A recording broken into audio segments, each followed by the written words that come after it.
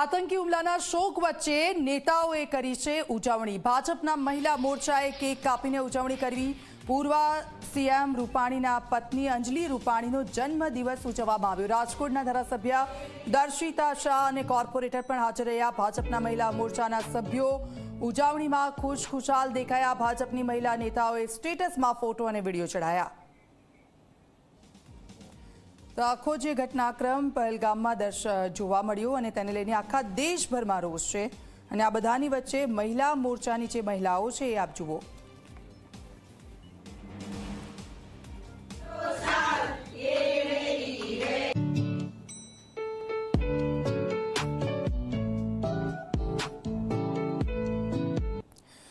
તો આપ જુઓ આ દ્રશ્યો જુઓ ને આપ એ વિચાર કરો કે આ પહેલગામમાં જે ઘટના ઘટી છે તેનું દુઃખ આ લોકોને સહેજ પણ છે। દ્રશ્યો પરથી તો લગભગ એવું જ લાગી રહ્યું છે આખો દેશ છે ખૂણે ખૂણેથી રોષ જોવા મળી રહ્યો છે, દુઃખ જોવા મળી રહ્યું છે અને અહીંયા જુઓ ઉજવણી થઈ રહી છે।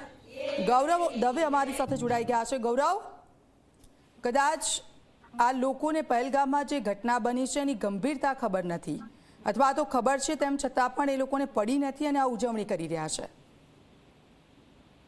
ચોક્કસ પહેલગામમાં જે આતંકી હુમલો થયો ને ત્યાર પછી આખો દેશ છે તે શોક મગ્ન છે તે જોવા મળી રહ્યો છે। પરંતુ રાજકોટની અંદર ગઈકાલે પૂર્વ મુખ્યમંત્રી વિજય રૂપાણીના પત્ની અંજલિ રૂપાણીનો જન્મદિવસ હતો અને જ્યારે ભારતીય જનતા પાર્ટીના મહિલા મોરચા દ્વારા ગઈકાલે કિસાનપરા ચોક ખાતે જે રીતના શ્રદ્ધાંજલિનો કાર્યક્રમ પૂર્ણ કર્યા બાદ જે તમામ જે નેતાઓ હતા જે મહિલા મોરચાના આગેવાનો હતા તે તમામ લોકો અંજલિબેન રૂપાણીના ઘરે પહોંચ્યા હતા અને કેક લઈ અને તેમને બર્થડેની ઉજવણી કરી હતી। જે નેતાઓ અને ખાસ કરીને મહિલા મોરચાના કાર્યકરો છે તેમની ડોગલી નીતિ છે તે આની અંદર જોવા મળી રહી છે।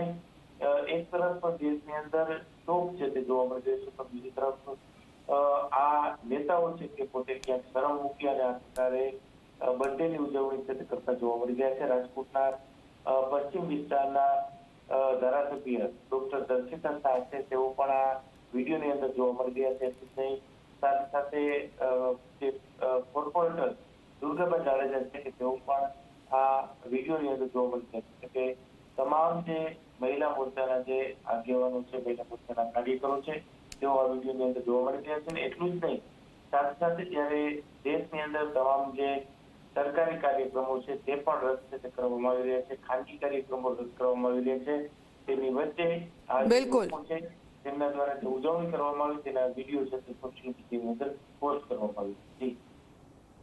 બિલકુલ આભાર ગૌરવ, આપની પાસેથી અપડેટ્સ લેતા રહેશો।